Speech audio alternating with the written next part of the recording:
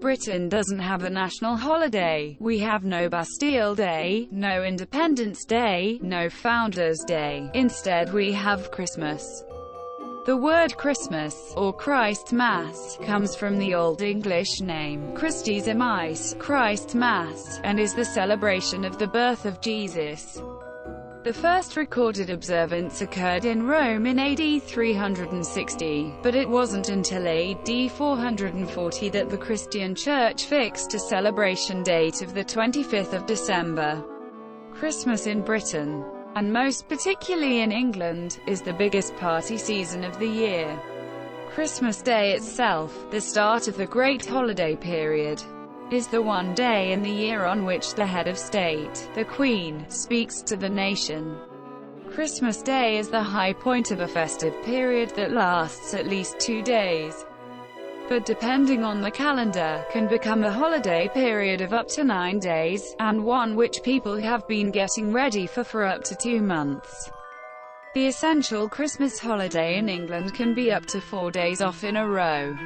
Not only is Christmas Day, December 25th, a public holiday, but so is the day after Christmas, December 26th, known as Boxing Day. In addition, according to a now established tradition, if one or both of these holidays fall on a Saturday or Sunday, Britons enjoy 1 or 2 extra days of public holidays on the Monday and possibly on the Tuesday that follow. Most activity in Britain except shopping will close down from sometime on Friday, December 22nd to Tuesday 26th inclusive. Some firms let their employees off as from the evening of December 23rd and until the morning of January 2nd. As for public transport, services are considerably reduced during the 2 days of 25 and the 26th of December. Among the major activities of modern Christmas in Britain, the winter sales are particularly important. In Britain, people do not need to wait until January. The winter sales begin in England on 26th or the 27th of December, if not before, because stores are free to have sales as and when they want, and notably to organize them when the people are still on holiday, not after the holiday period ends. Throughout the Christmas and New Year period, stores are always full, to the point that gift vouchers have become a popular form of Christmas present, allowing the recipient to buy the gift they really want, and make the most of the bargains that are to be had in the Christmas, New Year sales period. Even if many traditions keep changing, the English Christmas is still defined in terms of great traditions that date back to the 19th century or before. These include Christmas cards, Christmas carols, decorations and the Christmas tree, gifts and Christmas dinner, which is often really Christmas lunch. Even if shopping is now a more important part of Christmas for most people than remembering the Nativity of Christ, the origins of Christmas as a Christian festival are not forgotten. In many public and private schools, especially at primary level, the Nativity play, a theatrical staging of the birth of Christ, remains an important event in the calendar. And according to a recent Orb survey, over a third of the UK population attends a Christmas Mass or a carol service during the Christmas period, far more than the 3% or 4% of the population that are regular churchgoers. The tradition of the Christmas trees is an ancient tradition that goes back a long way in time. It probably originated in pagan rites to celebrate the survival of nature in winter. The modern tradition began in Germany, from where it spread throughout the Christian world, and in particular in Protestant countries, in the 18th and especially the 19th century.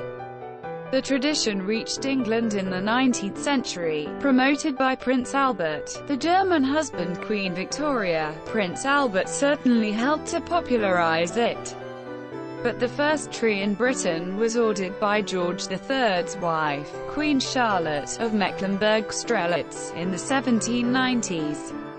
The practice of festive decoration goes back to at least the Great Roman Feast of Saturnalia, when temples would be decorated with greenery and little ornaments would sometimes be hung amongst it.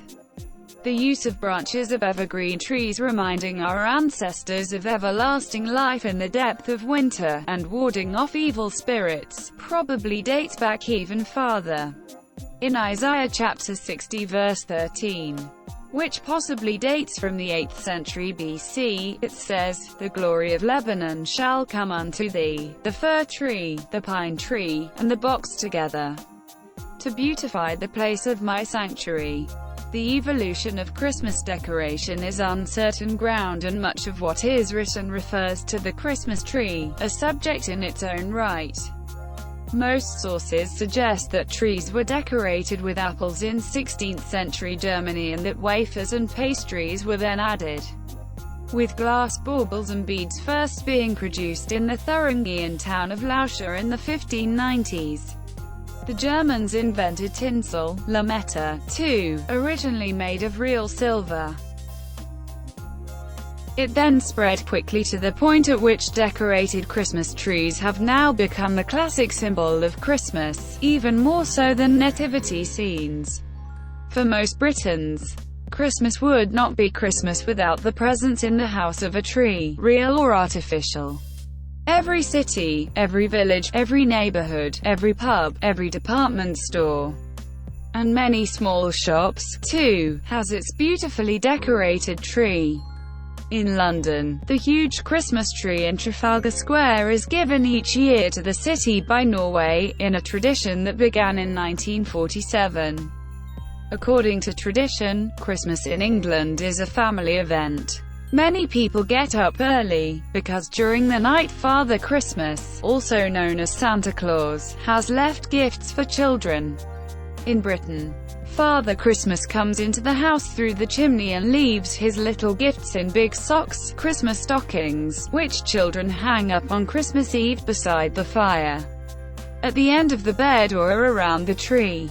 For those who respect the traditional ritual of Christmas Day, after breakfast comes a morning service at church, after which it's back home to eat Christmas dinner or Christmas lunch, which is eaten around 1 p.m. The two essential elements of Christmas lunch are stuffed turkey and Christmas pudding. Christmas gifts are unwrapped either in the morning or after lunch. Formerly, in the 19th century, they were not opened until the following day, December 26th, called Boxing Day, the day when the boxes were opened. In England, Boxing Day originated in medieval times, when every priest was supposed to empty the alms box of his church and distribute gifts to the poor. Wealthy people indulged in huge Christmas feasts, and when they were finished, packed up the remains of feasts in boxes and gave them out to their servants. It didn't become widely celebrated though until Victorian England. The 16th century saw England first officially celebrate the 12 Days of Christmas.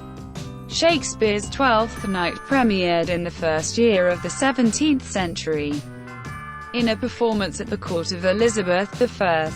Advent is usually solemn and religious in spirit, while St. Stephen's Day marks the beginning of the 12 Days of Christmas, a light-hearted time given over to merrymaking and fun. It is a holiday of heartwarming homecoming and family gatherings, with candles glowing in the windows as a sign of welcome. During the ancient 12-day Christmas celebration, it was considered unlucky to let the log in the fireplace stop burning. This log was called the Yule log and would be used to light the fire in New Year to ensure that good luck carried on from year to year. The Yule log custom was handed down from the Druids, but with the advent of gas and electric fires it is rarely observed nowadays. Another custom in medieval times was to hide a dried bean in a cake. The cake was then eaten on Twelfth Night, January 6th, during the most boisterous party of the year. The finder of the bean became king of the bean, and ruled the party for the night. Another eating myth is that for every mince pie you eat over the 12 days of Christmas you will have a month of good luck the following year. Opened. Today, while many of the essential traditions are still very much alive and well, Christmas stockings, turkey, pudding, gifts, Christmas church services attract fewer people, and new traditions have grown up, like watching a movie with family, going to friends, or going for a drive or a walk in the park or the country.